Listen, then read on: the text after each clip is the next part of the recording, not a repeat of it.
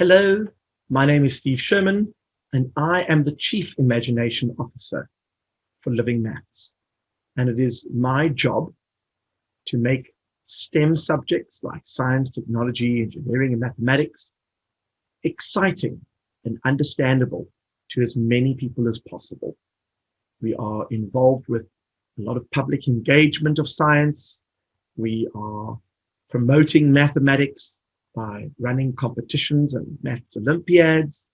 We are also very excited about space, and we run our annual space tour where we bring an astronaut out to South Africa every year. And we also run international events. So we've been recently involved with Maths Week in Ireland and Science Week in Ireland and Maths Week in the UK. So we are certainly very involved with a global connection of teacher partners, and we want to just go out there and spread the joy of the STEM subjects to as many people who are willing to listen and to even those who are not. So I was asked to maybe give you some science facts, and I thought what would be really cool is to teach you about something that always amazed me when I was younger. One day, I was looking up at the stars, and I thought, wow, so here I am. I'll draw a little picture of me. There's the planet Earth. There's me. And I was looking up at the stars, and I thought, wow, the stars are so amazing. I'd love to travel there one day. And someone said to me, well, first of all, they're too far away. And second of all, you're not even looking at the stars now. You're looking back in time. And I said to them, what do you mean I'm looking back in time? They said, yes, when you look at the stars at night, you're actually looking back in time. Now, it took me a while to work out why that would be the case. And after going through a few explanations, I finally understood it. So I want to share this with you. And maybe you can appreciate how important we are to be alive and still be these tiny little specks in a massive universe. So the first thing I want to say is that if I was standing on top of a mountain, so let's go like this and draw a picture of me on a mountain. And of course, please excuse my beautiful artwork. There I am.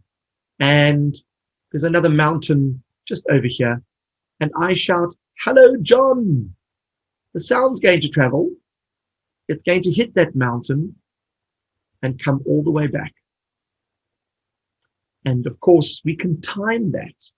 That's very easy. We know that it took 2 seconds for my echo to return. Well, we can also measure how far the two peaks are apart, and it turns out the distance there and back is 660 meters. And from this, we can conclude that if we had to halve the amount of time,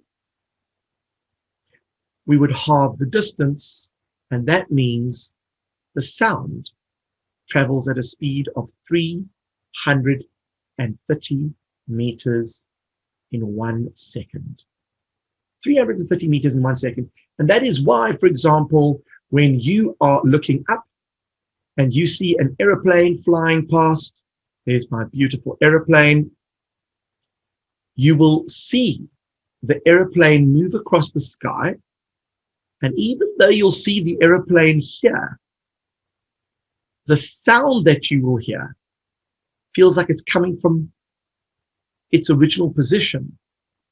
And that is simply because by the time the sound travels to us, that aeroplane has already moved on. And of course, the picture that you see is dealing with the speed of light, not the speed of sound. And we're going to talk about that now. So we can appreciate that we will see things way quicker than we will hear the sound reaching us from a distance, because sound is slower than the speed of light. Let's have a look at the speed of light and work out how fast that is. Well, a very simplistic way of looking at it is, here is Earth, here is the moon. If I switched on a very, very bright laser beam all the way to Earth, and I had to time when it was switched on and when I first received that signal, it will be approximately 1 second. We know that the distance approximately between the Earth and the moon is 330,000 kilometers. So how does that compare to the speed of sound? Well, I know that we obviously can't make a noise on the moon and hear it on Earth because sound's not going to travel through space. But if we could take a sound and measure the speed, we have worked it out to be 330 meters in 1 second. And if you do a little bit of a calculation, you will see that 330,000 kilometers is actually 330 million meters. And if we have 330 million meters over here for the speed of sound, it means that the speed of light travels 1 million times faster than sound. And of course, these are not exact figures, they're roundabout figures, but they give you a general sense of how much faster the speed of light is compared to sound. All right, so if you followed that, let's take it one step further. Now, we know that the moon is 1 light second away from Earth. What about the sun? The sun is not 1 light second, it is 8 light minutes.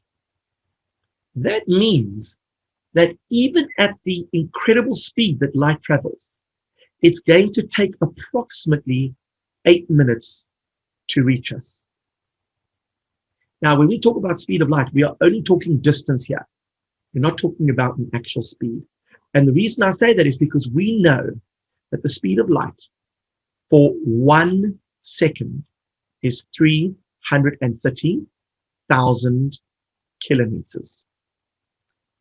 Of course, for 1 minute, we have to multiply that by 60 seconds. And for 8 minutes, we have to multiply that by 8. And of course, if you had to multiply everything out, you would get the length from here, the distance from here to the sun. But remember that that sun is so far away that it takes light 8 minutes to reach us. Now we're going to go to the part where you're sitting on planet Earth, and here you are, and all of a sudden you decide to look up at the stars at night. And one particular star that you're looking at, I tell you, is 10,000 light years away. What does that mean? Number one, it means that that star is so far away that even at its incredible speed, it's going to take you 10,000 years to receive that light signal, because it's got such a long journey to travel. If you really wanted to work out the distance, well, you would know that it's 10,000 years multiplied by 365 and a quarter days, because a year has got 365 and a quarter days. And of course, you are going to have 10,000 of those years. But wait, there are 24 hours in a day. There are 60 minutes in an hour. There are 60 seconds in a minute. And of course, multiply that by 330,000 kilometers. That is how far that particular star would be from Earth. And it is so many millions of kilometers away, possibly billions, that light would take 10,000 years to reach us by the time it actually reaches the end of that journey. So what does that mean for you and I? Well, imagine we were sitting on this planet Earth, and along comes this beautiful sparkle in the sky, and we think, oh, look, there's a star. That star is so far away, by the time the light reaches us, it has already traveled 10,000 years. 10,000 years. So if that star had blown up today, we would only know that it had exploded 10,000 years later, when the actual explosion, those light particles finally reach us. So when we look at the stars at night, we are always looking back in time, because that light is only reaching us after traveling incredible distances to finally get to us. So hopefully, when you are sitting at home and you look at those stars at night, you realize how important we are as a species, because we are just a tiny fleck of dust in a massive, massive parking lot that is the size of an entire country. And as a speck of dust, that's just our planet, we have got incredible life forms on our planet. And that's why it's so important to appreciate the science behind life. So hopefully you've learned something new, and we'll catch up very soon.